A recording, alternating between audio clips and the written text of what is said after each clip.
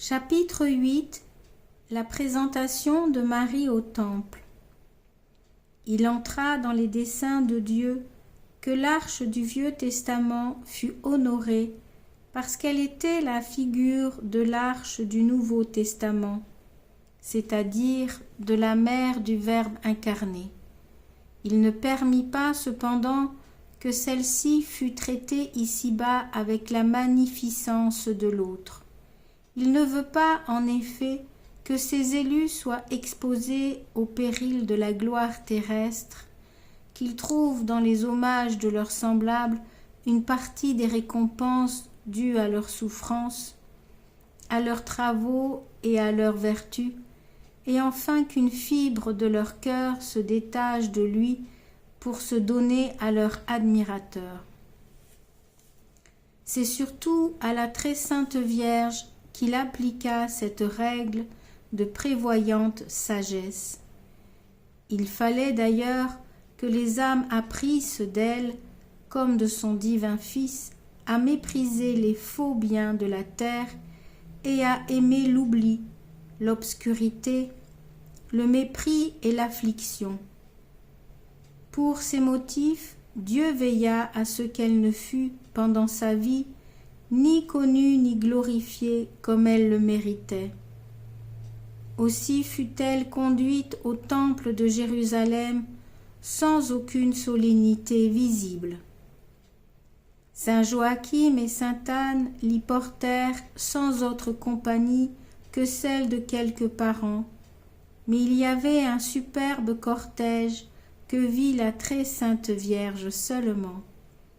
Ils étaient composés de légions d'anges qui s'étaient unis à ceux de sa garde. Ils chantaient ensemble avec elle une ravissante harmonie des hymnes de louange au Très-Haut. Saint Joachim et sainte Anne menèrent au temple par la main leur fille vénérée. Après y avoir prié avec ferveur, ils l'offrirent à Dieu, tandis qu'elle-même se consacrait à lui sans réserve. Au milieu d'une lumière splendide qui remplit ce saint lieu, elle entendit une voix divine qui agréait cette offrande. Le père et la mère allèrent ensuite présenter Marie au prêtre qui la bénit, et ensemble ils la conduisirent à l'appartement où les jeunes filles étaient saintement élevées jusqu'à leur mariage. On y arrivait par 15 degrés. Au premier degré, le prêtre ayant permis à Marie de prendre congé de ses parents, elle s'agenouilla devant eux, baisa leurs mains et se recommanda à leurs prières et leur demanda une bénédiction qu'ils lui donnèrent avec beaucoup de tendresse et de pleurs. Elle monta ensuite toute seule les 15 degrés, sans tourner la tête, sans répandre une larme, mais avec une joie surnaturelle et une douce majesté que tous admirèrent. Le grand prêtre Siméon la remit et la recommanda aux pieuses femmes chargées de cette œuvre. Parmi elles se trouvait Anne la prophétesse, que la Providence avait destinée à être la maîtresse de celle qui était la maîtresse de toutes les créatures. La sainte enfant lui demanda, à genoux et avec une profonde humilité, de la bénir, de la diriger et de supporter patiemment ses défauts. Anne lui répondit qu'elle trouverait en elle une mère pleine d'amour et de dévouement. Après ce premier entretien, elle se présenta à ses compagnes, les salua modestement, les embrassa toutes, les remercia de la recevoir avec elle, bien qu'elle en fût indigne, et les pria de lui enseigner et de lui commander ce qu'il fallait faire. Quand elle fut seule, en sa petite chambre, elle se prosterna, baisa la terre qui était une partie du Saint-Temple et qui la portait malgré son indignité, adora le Seigneur et le remercia de cette clôture. Elle dit ensuite à ses anges: « Prince céleste, mes fidèles amis, je vous supplie de m'apprendre ce que je dois faire pour accomplir la volonté de Dieu, obéir à ses prêtres, à ma maîtresse et à mes compagnes. » Elle adressa enfin aux 12 anges dont il a été déjà question cette prière inspirée par sa filiale piété. « Allez, mes saints ambassadeurs, allez consoler mes parents dans leur tristesse et leur solitude, si le Seigneur veut bien vous le permettre. » Ils remplirent aussitôt cette mission de leur reine. Pendant qu'elle s'entretenait avec les autres anges, elle ressentit une action divine qui la spiritualisait et l'établissait en une ardente extase. Sur l'ordre de Dieu, les séraphins qui l'assistaient la disposèrent par de nouvelles lumières et de nouvelles forces à recevoir la plus grande des faveurs.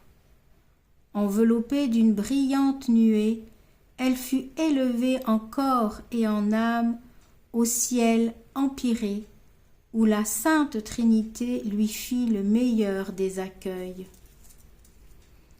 Elle se prosterna en sa présence et l'adora avec l'humilité la plus profonde. Elle jouit alors de la vision béatifique dont aucune langue ne saurait exprimer les effets. « Je veux pour la seconde fois, ma fille bien-aimée, lui dit le Seigneur, que vous voyiez les dons que je réserve aux âmes qui seront rachetées par le sang de l'agneau qui doit mourir pour elles. Oui, connaissez bien les trésors dont je dispose pour exalter les humbles, enrichir les pauvres, honorer les méprisés et récompenser tout ce que l'on fera et souffrira pour moi. » D'autres grands mystères lui ayant été révélés, elle répondit au Seigneur: « Très haut et très souverain Dieu, que deviendra ma petitesse devant votre grandeur? Je me reconnais indigne de ce que vous m'en découvrez, bien que je ne sois que poussière. Accomplissez en moi votre sainte volonté et votre bon plaisir. Et puisque vous avez tant d'estime pour les afflictions, les souffrances et les mépris, pour l'humilité, la patience et la douceur, ne permettez pas que je sois privée d'un si riche trésor, d'un gage si précieux de votre amour. » Le Seigneur l'assura qu'il agréait sa prière et qu'il lui réservait des travaux et des peines pour son nom et sa gloire. Elle l'en remercia et lui demanda de faire en sa présence les 4 vœux de chasteté, de pauvreté, d'obéissance et de clôture perpétuelle dans le temple. Il lui répondit: « L'avenir que je vous destine, ma fille, ne vous permettra pas de suivre ces pieux désirs tels que vous me les formulez. J'accepte cependant le vœu de chasteté.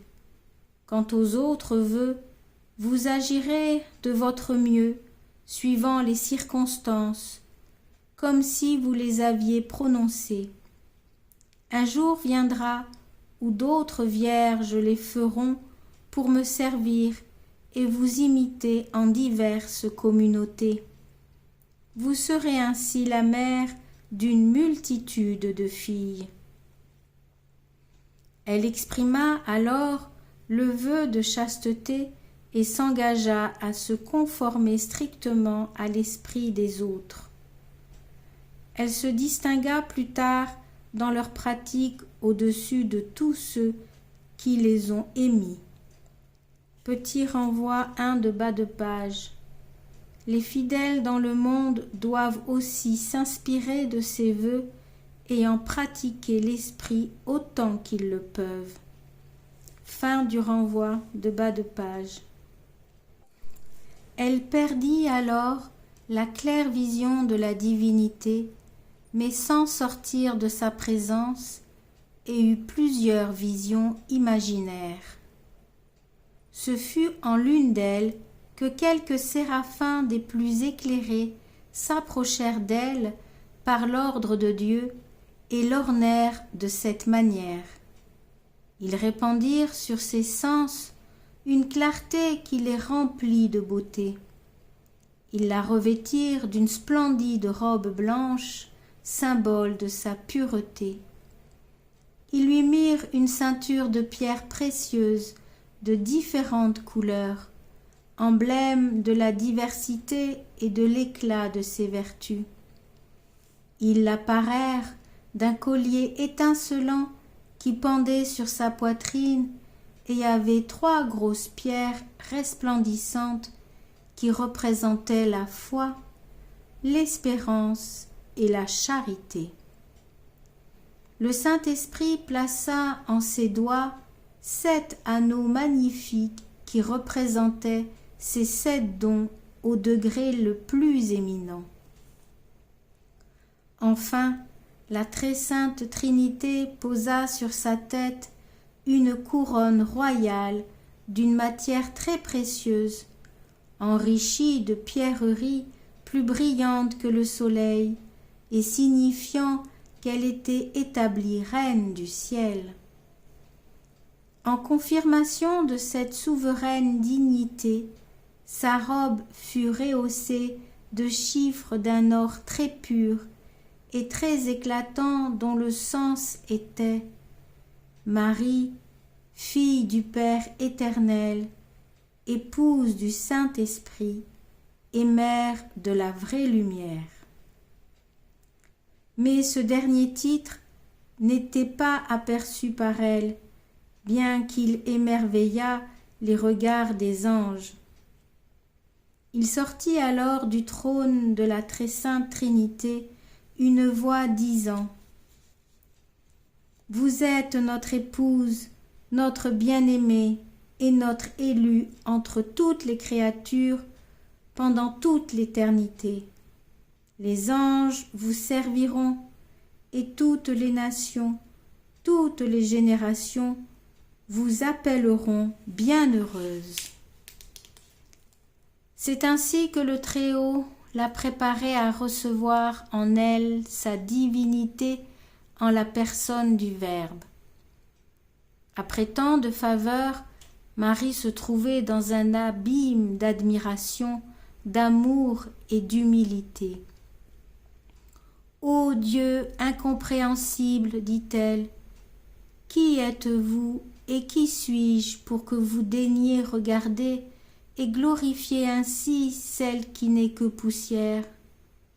Je découvre en vous votre immensité et mon néant, et suis stupéfaite que l'infinie majesté s'abaisse jusqu'à un vil vermisseau qui ne mérite que le mépris. Puisque vous le voulez, ô mon Seigneur et mon Roi, je vous accepte pour l'époux de mon âme, mais je serai toujours votre servante. Mon esprit et mon cœur n'auront d'autre objet, d'autre fin que vous, qui êtes mon souverain bien et mon unique amour. Jamais mes yeux ne s'arrêteront sur aucune créature humaine. Le Seigneur reçut avec une inexprimable complaisance cette acceptation de la céleste princesse, mit entre ses mains les trésors de sa puissance et de sa grâce, et lui ordonna de lui demander ce qu'elle désirait, l'assurant que rien ne lui serait plus refusé. « Eh bien, répondit-elle, je vous en supplie, envoyez votre Fils unique au monde pour le salut des hommes. Répandez encore davantage vos bienfaits sur mes parents, consolez les pauvres et les affligés, et faites que j'accomplisse parfaitement ce qui vous est le plus agréable. Alors tous les esprits angéliques célébrèrent en de nouveaux cantiques l'auteur de toutes ces merveilles. Ceux qui furent désignés par lui accompagnèrent avec une céleste musique leur jeune reine dans sa descente du ciel et la placèrent au même endroit où elle était auparavant. Dès qu'elle y fut, elle voulut pratiquer ce qu'elle avait promis à Dieu relativement aux vœux de religion. Elle alla trouver sa maîtresse et lui remit tout ce que ses parents lui avaient donné, afin qu'elle en disposât à son gré, inspirée par Dieu. Anne reçut tous les objets qu'elle lui offrait et ne lui laissa pas les habits qu'elle portait, de sorte qu'elle fut dans une totale pauvreté. Pour pratiquer l'obéissance, elle demanda un règlement particulier.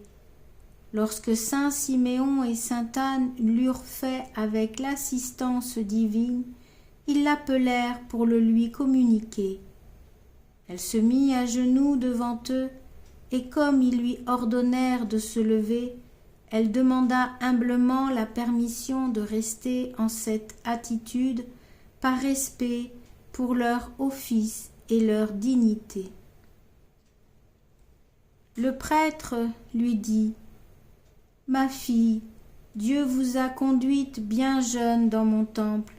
C'est une faveur que vous devez reconnaître en le servant de tout votre cœur et en vous adonnant à la pratique de toutes les vertus. Commencez dès maintenant à vous courber sous le joug divin afin qu'il vous soit aisé le reste de votre vie. Obéissez à votre maîtresse. » « Mon Seigneur, répondit Marie, comme ministre du Très-Haut et vous aussi ma maîtresse, enseignez-moi, commandez-moi ce que je dois faire pour que je ne sois pas trompée. Je vous assure que je n'ai point d'autre désir que de suivre docilement votre volonté. » Le souverain pontife régla alors ses occupations de la manière suivante.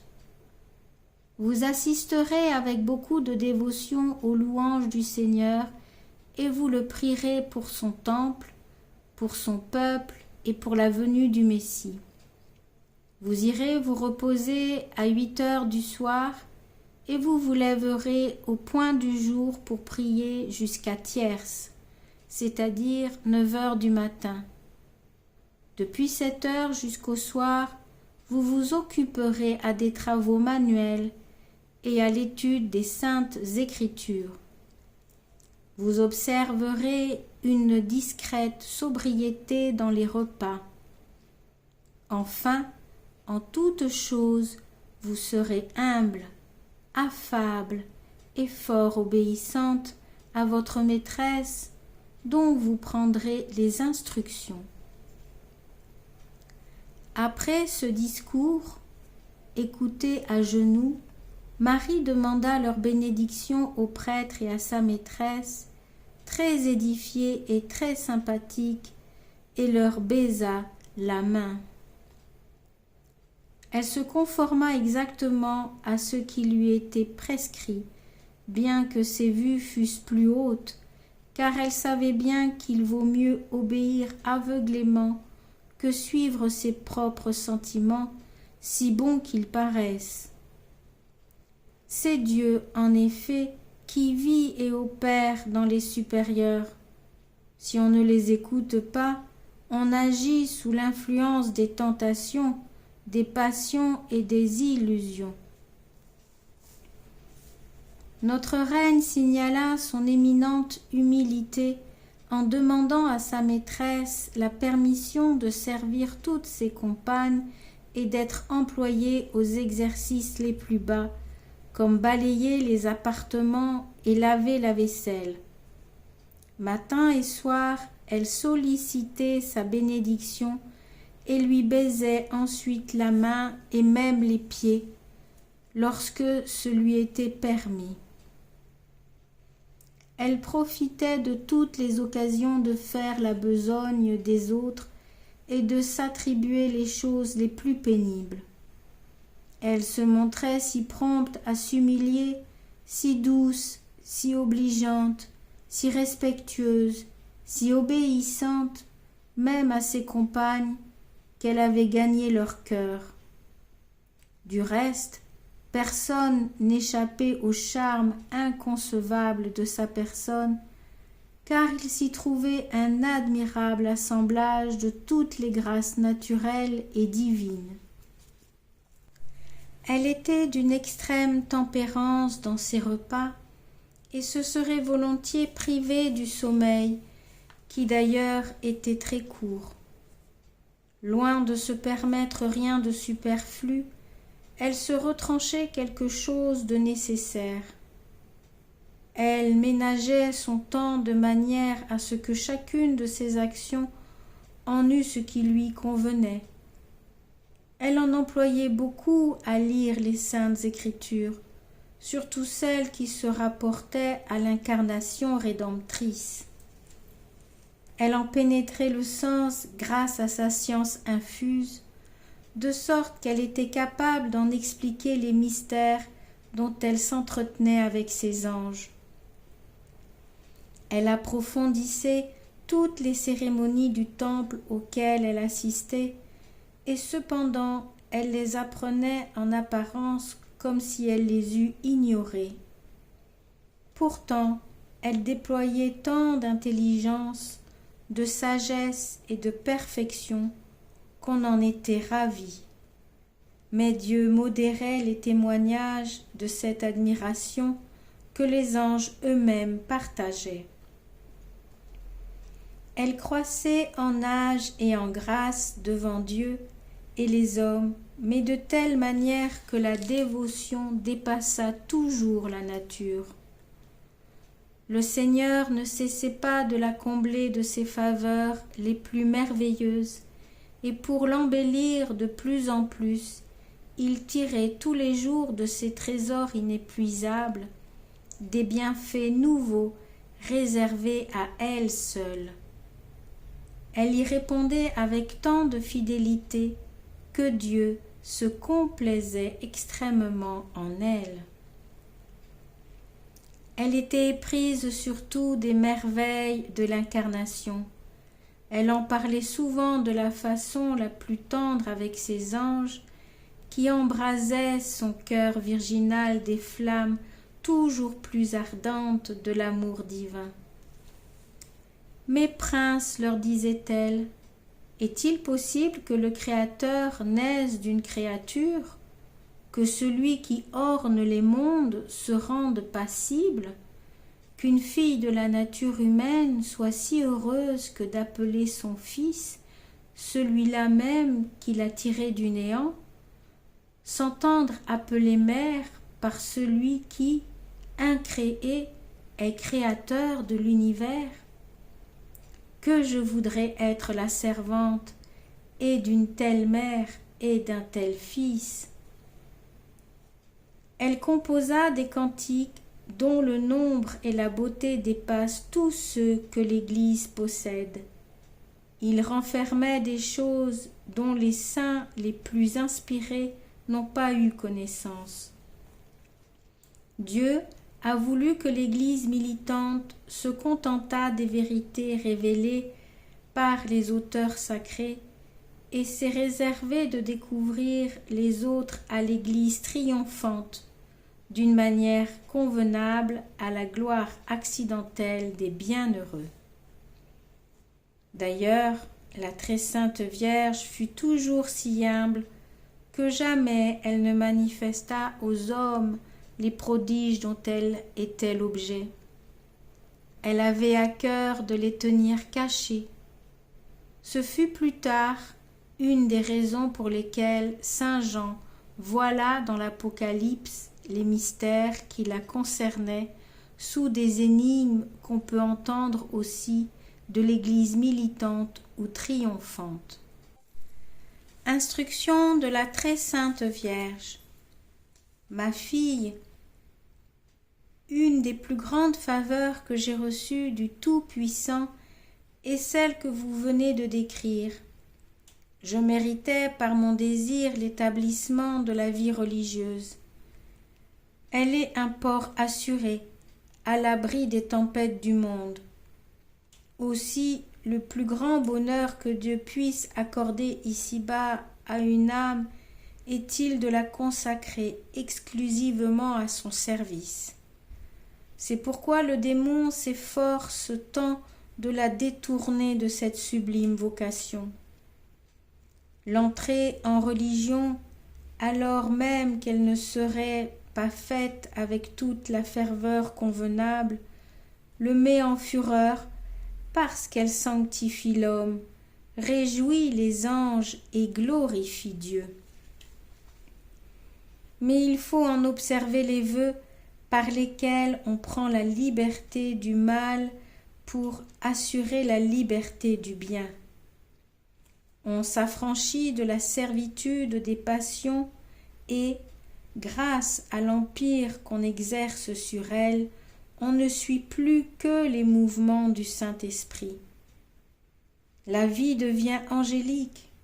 Il n'est pas possible de comprendre ici-bas les trésors qu'on acquiert, car je vous assure, ma fille, que les religieux parfaits peuvent égaler et même surpasser les mérites des martyrs.